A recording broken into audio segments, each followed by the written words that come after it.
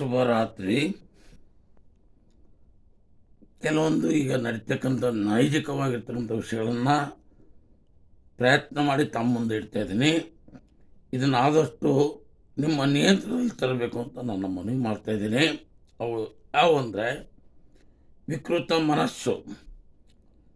ಮನುಷ್ಯನ ಆರೋಗ್ಯ ಕೆಟ್ಟು ಹೋಗಬೇಕಾದ್ರೆ ಸಂಪೂರ್ಣ ಅವನ ಆರೋಗ್ಯದಿಂದ ಲವಲವಿಕೆಯಿಂದ ಇದ್ದರೆ, ಚಟುವಟಿಕೆಯಿಂದ ಇದ್ದರೆ, ಒಳ್ಳೆ ಆಲೋಚನೆ ಇದ್ದರೆ ಅವನಿಗೆ ಯಾವುದೂ ತೊಂದರೆ ಆಗಲ್ಲ. ಅವನು ಉಡುಪಿನಲ್ಲಿ ಆಯ್ತು, ಊಟದಲ್ಲಿ ಆಯ್ತು, ಸರಿಯಾದ ರೀತಿ ಸರಿಯಾದ ಮಾರ್ಗದಲ್ಲಿ, ಹಿರಿಯರ ಮಾರ್ಗದಲ್ಲಿ ಮನುಷ್ಯರಿಗೆ ಅಂಜಬೇಕು, ದೇವ್ರಿಗೆ ಅಂಜೋದು ಬೇಡ, ಮನುಷ್ಯನಿಗಾದಂಥ ಜೀವನ ಮಾಡಬೇಕು. ಅವನು ಆರೋಗ್ಯ ಇರ್ತಾನೆ. ಸದ್ಯ ಈಗಿನ ವಾತಾವರಣದಲ್ಲಿ ಅವೆಲ್ಲವನ್ನು ಗಾಳಿಗೆ ತೋರಿದಾಗ 20 ವಯಸ್ಸು ಬಂದಿರತಕ್ಕಂಥ ಹುಡುಗ 70 ವರ್ಷದ ಮುದುಕ ಕಾಣ್ತಕ್ಕಂಥ ಪರಿಸ್ಥಿತಿ ಬಂದಿದೆ. ಅದಕ್ಕೆ ಹೆಣ್ಣು ಜಾಸ್ತಿ ವಿದ್ಯೆನ ಕಲಿತು ಗಂಡಿನ ಒಂದ ಮಾರು ಹೋಗಲಿಕ್ಕೆ, ಗಂಡಿನ ಬಗ್ಗೆ ವಿವಾಹ ಆಗಲಿಕ್ಕೆ ವಿದ್ಯೆಯಲ್ಲಿ ಕಡಿಮೆ, ದುಶ್ಚಟಗಳು ಜಾಸ್ತಿ ಆಗಿದ್ದರಿಂದ ಅವರಿಗೆ ಹೆಣ್ಣು ಒಪ್ಪೋದಿಲ್ಲ. ನಂತರ ದೇವರ ದರ್ಶನಕ್ಕೆ ಹೋಗ್ತೀವಿ. ಅಲ್ಲಿ ವೃದ್ಧರು, ಯುವಕರು, ಯುವತಿಯರು, ಬಾಲ್ಯ, ಪ್ರೌಢ, ಯೌವನಾವಸ್ಥೆಯವರಲ್ಲಿ ನಮ್ಮ ಒಂದು ಮನಃಶಾಂತಿಗೆ ಹೋಗ್ತೀವಿ. ಅಲ್ಲಿ ಈಗಿನ ಸದ್ಯದ ಪರಿಸ್ಥಿತಿಯಲ್ಲಿ ನಾವು ನೋಡಿದಾಗೆ ಅಹಿತಕರ ಘಟನೆಗಳು, ಹೆಣ್ಣಿನ ಮೇಲೆ ದೃಷ್ಟಿ, ಗಂಡಿನ ಒಂದು ಸೃಷ್ಟಿ ಎಲ್ಲ ಬದಲಾವಣೆಯಾಗಿವೆ. ಎಲ್ಲ ಕಾಮನ ಬಿಲ್ಲಂತೆ ಕಾಮನ ಕಣ್ಣಿಂದ ನೋಡ್ತಕ್ಕಂಥ ಪರಿಸ್ಥಿತಿಗಳು ಬಂದಿವೆ. ಈ ರೀತಿ ನಡೆದರೆ ಮುಂದೆ ಧರ್ಮದ ಗತಿ ಏನಾದೀತು. ಉಡುಪುಗಳೆಲ್ಲ ನೋಡಿದರೆ ಎದಕ್ಕೋ ಮಾರು ಹೋಗಿಬಿಡ್ತಾರೆ. ಅದರಲ್ಲೂ ಬದಲಾವಣೆ ಆಗಬೇಕಾಗಿದೆ.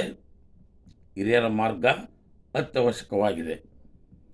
ದುಶ್ಚಟ ಮಾರ್ಗಗಳು ಬರೇ ದುರಾಲೋಚನೆ, ಸುಳ್ಳು, ವಂಚನೆ, ದ್ರೋಹ, ಹಿಂಸೆ, ಕುರುತನ, ಮಾತಿನಲ್ಲಿ ಬದಲಾವಣೆ, ಹೆಜ್ಜೆ ಹೆಜ್ಜೆಗೂ ಬದಲಾವಣೆ, ಸಂಬಂಧ, ಸ್ನೇಹತ್ವ ಎಲ್ಲವನ್ನು ಗಾಳಿ ತೂರಿ ಹೆಣ್ಣರ ಮಕ್ಕಳು ಸಹಿತ ತೋರ್ತಕ್ಕಂಥ ಕಾಲ ಬಂದು ಒದಗಿದೆ. ನಡುವೆ ವಯಸ್ಸಿನಲ್ಲಿ ಸತ್ತು ಹೋಗ್ತಾ ಇದ್ದಾರೆ ಮಾರು ಹೋಗಿ. ಇದನ್ನು ಹಿರಿಯರು ಖಂಡಿಸಬೇಕಾಗಿದೆ. ಅದನ್ನು ತಮ್ಮ ನಿಯಂತ್ರಣಕ್ಕೆ ತರಬೇಕಾಗಿದೆ. ಪ್ರತಿಯೊಬ್ಬರ ಜವಾಬ್ದಾರಿ. ಹಾಗೂ ಈ ನಗರ ಪ್ರದೇಶಗಳಲ್ಲಿ ಸಾಮಾನ್ಯವಾಗಿ ಅಲ್ಲಿ ವಿಹಾರ ಅಂತಂದೇಳಿ ವಾಕಿಂಗ್ ಮಾಡಲಿಕ್ಕೆ ಪಾರ್ಕ್ಗಳನ್ನು ನಿರ್ಮಾಣ ಮಾಡಿದ್ದಾರೆ.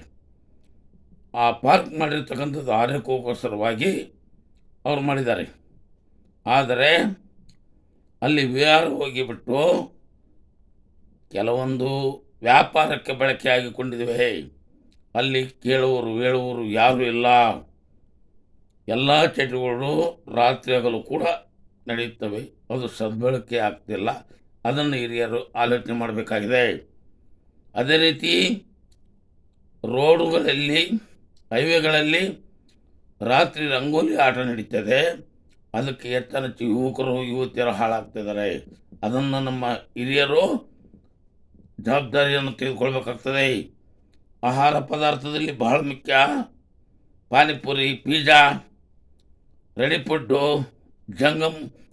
ಜಂಕ್ ಫುಡ್ಡು ಇಂಥವುಗಳನ್ನು ಹೆಚ್ಚಾಗಿ ಉಪಯೋಗ ಮಾಡ್ತಾಯಿದ್ದಾರೆ. ಕಾಲಿಗೆ ತುತ್ತಾಗ್ತಾ ಇದ್ದಾರೆ. ಅಲ್ಲಿ ಬರ್ತಕ್ಕಂಥ ಆದಾಯವೆಲ್ಲ ಆಸ್ಪತ್ರೆ ಹೋಗ್ತಾಯಿದೆ.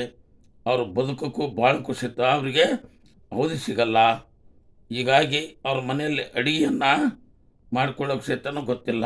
ಬರೀ ಹೋಟ್ಲಲ್ಲೇ ತೊಗೊಂಬಂದು ಊಟ ಮಾಡ್ತಕ್ಕಂಥ ಪರಿಸ್ಥಿತಿ. ಕಟ್ಟಿಗೆಯಿಂದ, ಮಡಿಕೆಯಿಂದ ಮಾಡ್ತಕ್ಕಂಥ ಕಾಲ ಎಲ್ಲ ಮಿಂಚೋಗಿಬಿಟ್ಟಿದೆ. ಮಾಧ್ಯಮಗಳನ್ನು ನೋಡಿದರೆ ಬರೀ ಮಾಧ್ಯಮದಲ್ಲಿ ಪೂರ ಕೆಟ್ಟು ಏನು ಸಿಗದಂಥ ಪರಿಸ್ಥಿತಿಗೆ ಅವ್ರು ಮಾಡ್ತಾಯಿದ್ದಾರೆ. ಈ ಮಾಧ್ಯಮದವರು ಅರ್ಥ ಮಾಡಿಕೊಳ್ಬೇಕು.